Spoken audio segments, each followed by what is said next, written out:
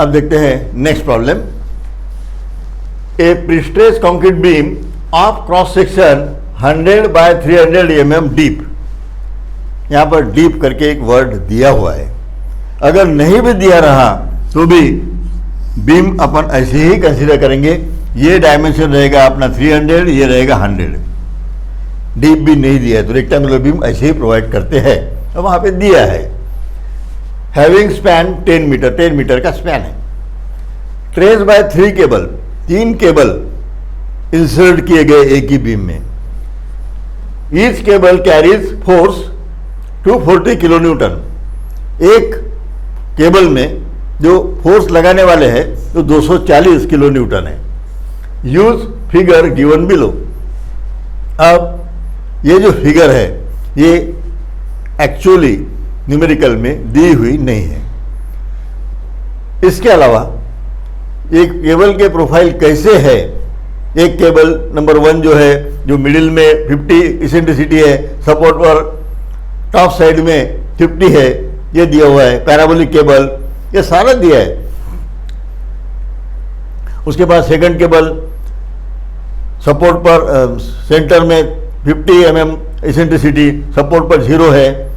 तीसरी cable straight है with eccentricity 50 mm through out the length, या तो सपोर्ट पर 50 है करके बॉटम साइड में ये दिया हुआ है। अब मैंने वो न लिखते हुए डायरेक्ट स्केच दी है, वो इसलिए कि वो सब डिस्क्रिप्शन लिखने में ये स्पेस मेरी यूटिलाइज होती थी। ये अगर स्पेस सारी यूटिलाइज होती थी मुझे यहाँ फिगर बनाना पड़ता था, बराबर है। फिर ये जो बची हुई स्पेस है इसको यूटिलाइज करके सारा न्यूमेरिकल फिट करना ये थोड़ा सा प्रैक्टिकली डिफिकल्ट था। तो फिर वो मिटा के मुझे यहाँ आना पड़ता था। तो मेरे लिए भी इनकन्वीनियंट और आपके लिए भी इनकन्वीनियंट कि पुरानी वैल्यू अपने को चाहिए आगे के लिखने के लिए, वो वैल्यू मिटी हुई रहेगी तो फिर आपको बैकवर्ड वगैरह करना पड़ेगा। इसलिए मैंने क्या किया, ये सेंटेंसेस की जगह डायरेक्ट फिगर दी है ताकि ये स्पेस एक ही फ्रेम में सारे न्यूमेरिकल्स अभी तक मैंने एक ही फ्रेम में उसको कंसाइज करने की कोशिश की है ताकि कन्वीनियंट हो देखते समय। Okay, the beam carries live load in the form of UDL. Live load जो है ये यूडीएल भी रह सकता है या तो पॉइंट लोड भी रह सकता है सेंटर में, या तो फिर 2 पॉइंट लोड भी रह सकते हैं। लाइव लोड, पॉइंट लोड और यूडीएल ये दोनों में से कुछ भी रह सकता है। लेकिन डेड लोड जो है ये यूनिफॉर्मली डिस्ट्रीब्यूटेड ही रहेगा। डेड लोड यूडीएल फॉर्म ही रहेगा, यूडीएल। ओके, लेकिन लाइव लोड यूडीएल भी रह सकता है और डेड लोड भी रह सकता है। लेकिन लाइव लोड यूडीएल भी रह सकता है या तो फिर पॉइंट लोड या पॉइंट लोड्स भी रह सकते हैं। Carries UDL 5 kilometre per metre. EC, E stands for Young modulus, suffix C यानी concrete. Young modulus for concrete is 38 kilo newton per square mm। Okay, estimate the reflection यानी determine the reflection. कौन से prestress plus self wait दोनों को जोड़ के कितना आएगा। यानी ये बीम, इसका मतलब जब कास्ट करेंगे साइट पर उस वक्त डिफ्लेक्शन क्या रहेगा। अब वो बीम साइट पे से एक्चुअल साइट जहां पर अपने को यूज करना है उसको वहां रखेंगे तो लाइव लोड आएगा।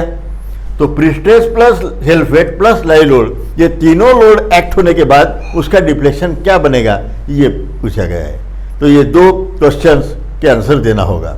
ओके, अब अपनी जो जनरल प्रैक्टिस होती है ऑलवेज, पहले लेक्चर से अभी तक सारे सब्जेक्ट में सारे न्यूमेरिकल्स लेते हुए मैंने एक चीज फॉलो की है कि जो भी पूछा है उसके इक्वेशंस लिख दो। अगर इक्वेशंस लिख देते हैं तो न्यूमेरिकल जो है ये मैकेनाइज हो जाता है। वो इक्वेशंस ऑपरेट करने के लिए क्या क्या लग रहा है, एल लग रहा है, पी लग रहा है, ई लग रहा है, डब्ल्यू लग रहा है, ई लग रहा है या फिर आई लग रहा है, उसकी वैल्यूज फिर बाद में निकाल लेंगे और वो वैल्यूज निकालने के बाद उसमें पुट करेंगे तो we will get the answer, है ना। तो प्रॉब्लम मैकेनाइज हो जाता है। और लेकिन मैं यहाँ वो फार्मूले इक्वेशन जो है इसके रिलेटेड वो नहीं लिख रहा हूँ। वो इसलिए नहीं लिख रहा हूँ कि ये स्पेस मेरी इक्वेशन में चली जाएंगी, फिर उसके टर्म्स निकालने में मैं यहाँ तक आ जाऊँगा, और फिर cable number 1, cable number 2, dead load, self weight, live load, इसके और बाद में सम, फाइनल आंसर। तो ये स्पेस मुझे कम हो सकती है ना। इसलिए उस स्पेस को बचाने के लिए बोर्ड पे की मैं फार्मूले यहाँ नहीं लिख रहा हूँ। और दूसरी चीज़, यहाँ फार्मूले अवेलेबल है, इसलिए अगर फार्मूले नहीं रहते तो मुझे लिखना ही था, लेकिन ये फार्मूले अब अवेलेबल है, मैंने पहले दिया है। अब सिर्फ अपने को ये जज करना है कि उसमें से कौन से फार्मूले अपने को यहाँ पर एप्लीकेबल है। अब देखो, यहाँ पर है पैराबोलिक केबल 1, 2, तीसरी है स्ट्रेट, बराबर है। तो पहला फार्मूला मुझे लिखना होगा पैराबोलिक का, 2 केबल तो पैराबोलिक ही है। तो पैराबोलिक के लिए ऐसा देखेंगे, ये फिगर है पैराबोलिक केबल के लिए, उसका फार्मूला है ये, तो बराबर है। दूसरी है स्ट्रेट केबल, तीसरी जो है 1, 2 पैराबोलिक, फिर दोनों के लिए सेम फार्मूला यूज कर सकते हैं। तीसरी है स्ट्रेट, अब स्ट्रेट के लिए ये इक्वेशन, बराबर है। तो ये एक इक्वेशन, दूसरा इक्वेशन। उसके अलावा यहाँ पर दिया है डेड लोड और लाइव लोड, दोनों भी यूडीएल के फॉर्म में है। अगर यूडीएल है तो यूडीएल के लिए इक्वेशन बनेगा अपना ये, यूडीएल के लिए deflection due to UDL, okay. तो इक्वेशंस 1, 2 एंड 3, ये 3 इक्वेशंस यहाँ पे लिखना होगा, बराबर है। अब मैं क्या करता हूँ, यहाँ पर लिख देता हूँ सिर्फ फार्मूले, यानी इमेजिन कर सकते हैं कि अपन ने वो फार्मूले यहाँ लिख दिए हैं मैंने, ओके। अब वहाँ देख के टर्म्स जनरेट करेंगे यहाँ पर, है ना। अगर स्पेस अवेलेबल होती तो मैं ये फार्मूले लिख देता था, ओके। अब उसको इसलिए रखा है कि आपको ये पक्का हो जाएगा कि अपने को ये इतने फार्मूले अगर पता रहे तो आप कोई भी प्रॉब्लम छुड़ा सकते हैं, कैसे भी टाइप करो तो ये फार्मूले का यूज़ कर सकते हैं, ओके। अब फार्मूला नंबर 1 कौन सा यूज़ कर रहे हैं अपन, ये फार्मूला 2, फार्मूला 3। अब 1 के लिए क्या क्या लग रहा है देखते हैं, वहाँ पे P है, P यानी prestressing force, it is given 240 kilo newton है, तो 10⁻³ करना होगा न्यूटन के लिए, हो गया ये P। इसके अलावा L लग रही, P L, L निकाल लेते हैं। L is equal to 10 meter दिया है तो 10,000 mm कर सकते हैं, 10,000 है ना, 10 मीटर का L। बाद में यहाँ पर है 48 का प्रॉब्लम नहीं, E Young's modulus E, C it is 38। अब वो 38 किलो न्यूटन में है तो उसको मैं मल्टीप्लाई बाय 10⁻³ कर देता हूँ। अब ये न्यूटन बन गया, ये टर्म तो mm ही है और mm ही चाहिए तो मैं ऐसे ही लिख सकता हूँ mm², हो गया। I यानी मोमेंट ऑफ इनर्शिया, तो I की वैल्यू निकाल लेंगे, moment of inertia BD³/12, B is 100, 100/300, 100 into 300 and cube BD³/12 is equal to 225 into 10⁻⁶, और इसका यूनिट होता है mm⁴। ये हो गए I की वैल्यू, हो गए। अब ये तो हो गए सारे, अब बचा है E1 कहाँ रहती है, सेंटर वाली, और E2 सपोर्ट। अब सेंटर में सारे केबल के लिए एक ही है, तो E1 it is 50 mm, E2 it is 50 mm। Cable ऐसी अगर है तो E2, ये केबल नंबर 2 के लिए E2 0, सपोर्ट पर इसेंट्रिसिटी है नहीं, सेंटर में ही है केबल नंबर 2 के लिए, बराबर है, उसका बाद में देखेंगे।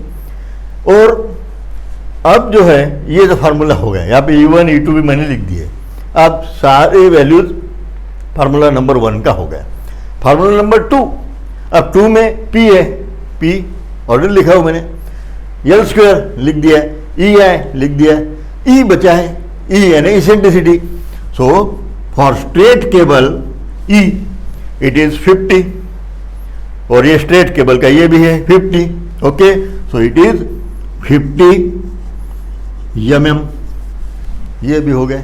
तो फार्मूला नंबर 2 के सारे टर्म आ गए. अब फार्मूला नंबर 3, ये फार्मूला जब यूज करेंगे तो L लिखा हुआ है, EI लिखा है, W बचा है. W क्या है? एक तो लाइव लोड, दूसरा सेल्फ वेट है ना. तो सेल्फ वेट के लिए W निकाल लेंगे. लाइव लोड तो पता ही है. ओके, सो सेल्फ वेट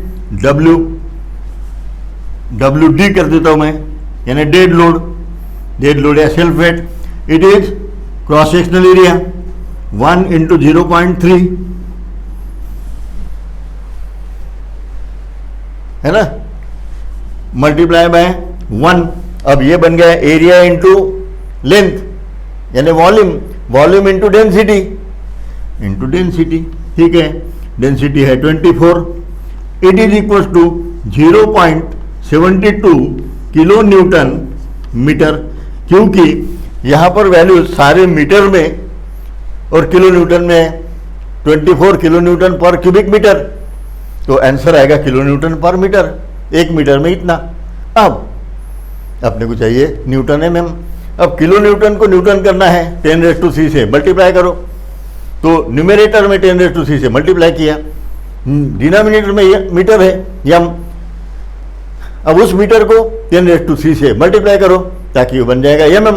तो न्यूमरेटर में 10⁻³ से मल्टीप्लाई कर रहे, डिनोमिनेटर में भी 10⁻³ से मल्टीप्लाई कर रहे, तो दोनों कैंसिल हो जाएंगे. So same value I can write 0.72 Newton and mm है ना. तो ये किलो न्यूटन क्या, मीटर क्या, answer will be same. Okay, इसके अलावा जो दिया है लाइव लोड वो भी लिख देते हैं. W live load and it is equal to 5 kilo newton per meter. अब ये सेम कंसेप्ट यहाँ पे भी लगा सकते हैं अपन. तो ये बन जाएगा 5 न्यूटन एंड पर मीटर. हो गया. तो सारे वैल्यूज फार्मूले ऑपरेट करने के लिए जो चाहिए वो अपन ने यहाँ पर कंसाइज मैनर में लिख दिए. ओके, अब 1 बाय 1 डिफ्लेक्शन निकालेंगे. प्रीस्ट्रेस से डिफ्लेक्शन कितना, सेल्फ वेट से कितना. अब ये दोनों यहाँ पे आ गए, तीसरा लाइव लोड. तो 3 डिफ्लेक्शन अपने को निकालना होगा. अब प्रीस्ट्रेस में क्या है, प्रीस्ट्रेस में केबल नंबर 1, 2, 3. तो प्रीस्ट्रेस के 3 आएंगे. केबल नंबर 1 में कितना, 1 की वजह से कितना, 2 की वजह से कितना, 3 की वजह से कितना. Okay, so here deflection due to prestress, मैं यहां लिख देता हूं अभी केबल नंबर 1 के लिए, वैसे ही 2, 3 के लिए निकाल लेंगे. अब ये डेल्टा, अब मैंने पहले ही बताया कि ये इमेजिन करो फार्मूले यहां लिख दिए हैं. अब फार्मूले अगर लिख दिए तो फिर से वो फार्मूला लिखने का काम नहीं है, तो अपन वो फार्मूला देख सकते हैं. ओके, तो उस फार्मूले में वैल्यूज में डायरेक्ट लिखूंगा यहाँ पे. अब वहां पर क्या है, PL², ये PL² बाय 48 EI ब्रैकेट में -5E1 + E2. ओके, अब उसमें वैल्यूज न्यूमेरिकल पुट करते हैं. तो P की वैल्यू है 240 × 10⁻³ P. बाद में L², L बोले तो अपना है 10,000 and square of it divided by 48. E है, E की वैल्यू है 38 × 10⁻³ इंटू I की वैल्यू है 225 × 10⁻6.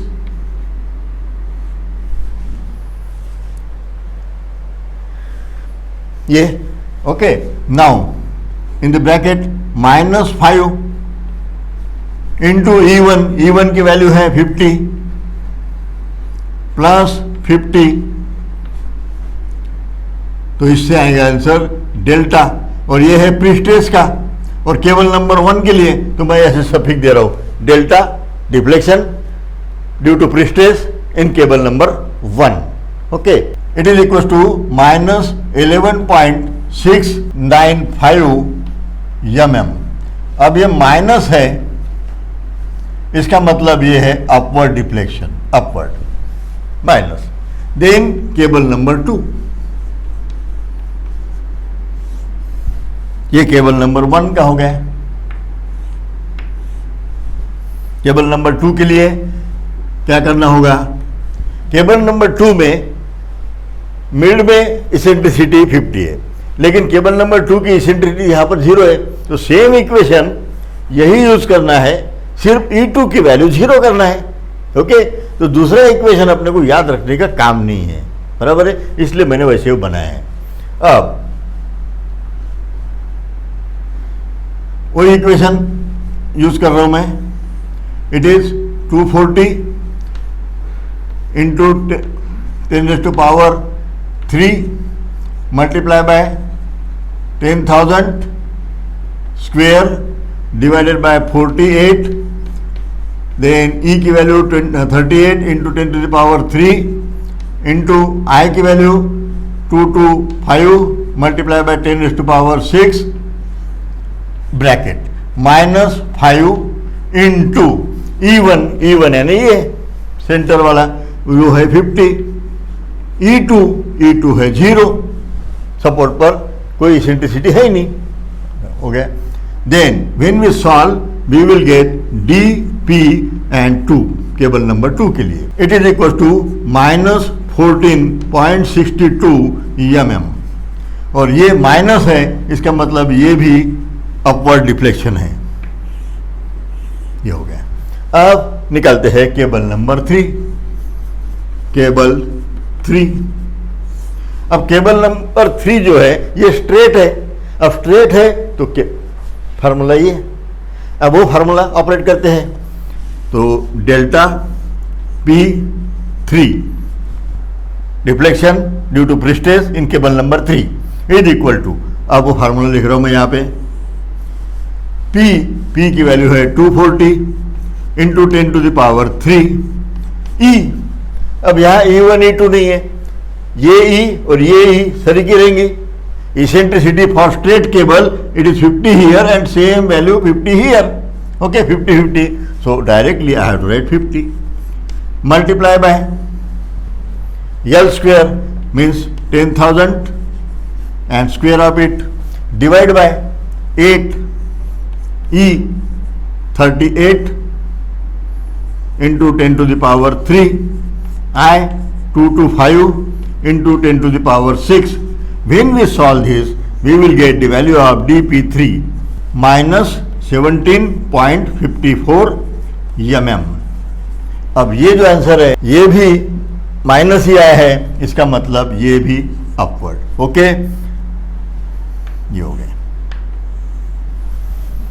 3 वैल्यूज आ गई. तो total deflection due to prestress है ना, total deflection due to prestress is equal to delta P. ये कितना होगा? ये तीनों को जोड़ना होगा. -11.695 -14.62 -17.54. When we solve this, we will get the value of delta P. Delta P यानी deflection due to pre-stress, and it is equals to -43.85 mm. तो ये हो गया deflection due to all 3 cables. ये प्रिस्टेज ये प्रॉब्लम सॉल्व. अब due to self weight and live load. अब इसमें ये सेल्फ वेट और लाइव लोड दोनों भी यूडीएल ही है, तो दोनों को कंबाइन करके भी डायरेक्ट एक ही वैल्यू निकाल सकते हैं. लेकिन वो वैल्यू अगर निकालते हैं तो ये ऑपरेट हो जाएगा, लेकिन इसके लिए सेल्फ वेट का अलग चाहिए, है ना. तो इसलिए deflection due to self weight अलग निकालेंगे, deflection due to live load अलग निकालेंगे, और ये फार्मूले ऑपरेट करेंगे. Okay, now deflection due to self wait.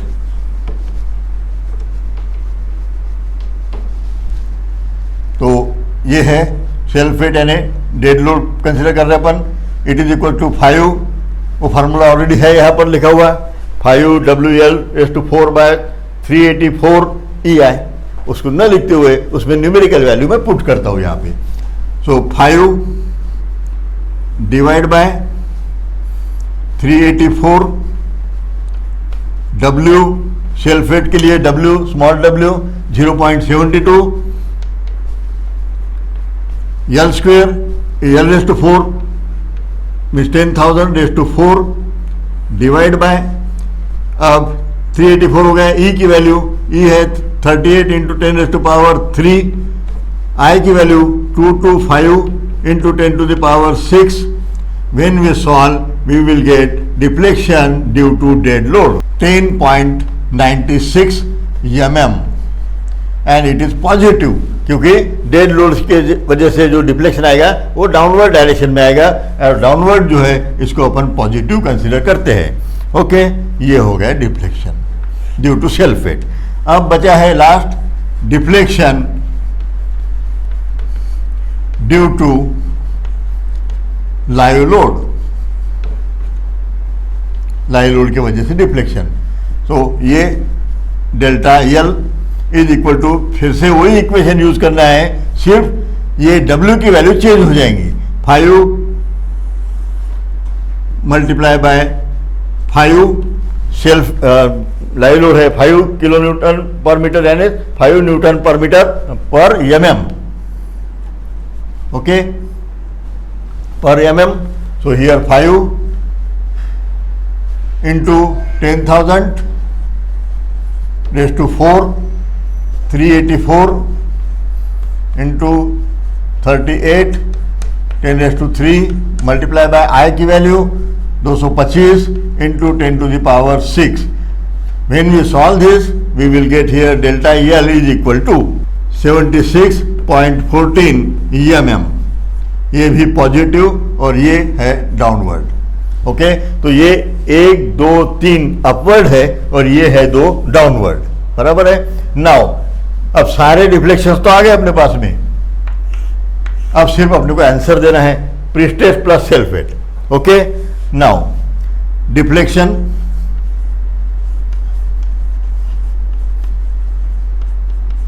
Prestress plus self weight, it is equal to, prestress का डिफ्लेक्शन कितना है -43.86, ये वैल्यू प्रीस्ट्रेस की होगी। देन डेड लोड वाले self weight, it is plus 10.96 and it is equal to deflection -32.89 mm। Minus sign indicate that this deflection is downward. जब beam site पर है, अपन ने जस्ट बनाया, 3 केबल वगैरह डाल दिए, तो ये डिफ्लेक्शन अपने को मिलेगा अपवर्ड डायरेक्शन में, बीम का स्लोप ऐसे रहेगा, और ये ओरिजिनल बीम। ओके, ये डिफ्लेक्शन जो है ये है 32.89। ओके, ये अपवर्ड डिफ्लेक्शन। अब नेक्स्ट क्वेश्चन पूछा गया है, डिफ्लेक्शन कौन सा, prestress plus self weight plus live load, तीनों का। अब क्या करना होगा, deflection is equal to, prestress का डिफ्लेक्शन है 43.86, ये डेड लोड सेल्फ वेट का जो है ये प्लस 10.96 प्लस लाइव लोड का डिफ्लेक्शन जो है अभी निकाला अपन ने 76.14, और final answer will be here plus 43.25 mm। और ये प्लस आया है, इसका मतलब sorry, here it is upward, और ये डिफ्लेक्शन आ गया अपना डाउनवर्ड। यानी ये जो बीम है, ये बीम इनिशियली साइड पर, ये ओरिजिनल हो गई लाइन, साइड पर बीम ऐसी रहेंगी और जैसे ही ये बीम प्रैक्टिस में लाएंगे, लाइव लोड लगा देंगे उस पर 5 किलोन्यूटन पर मीटर इतना लाइव लोड लगा देंगे तो यही बीम अपने को ऐसी डिफ्लेक्ट होंगी।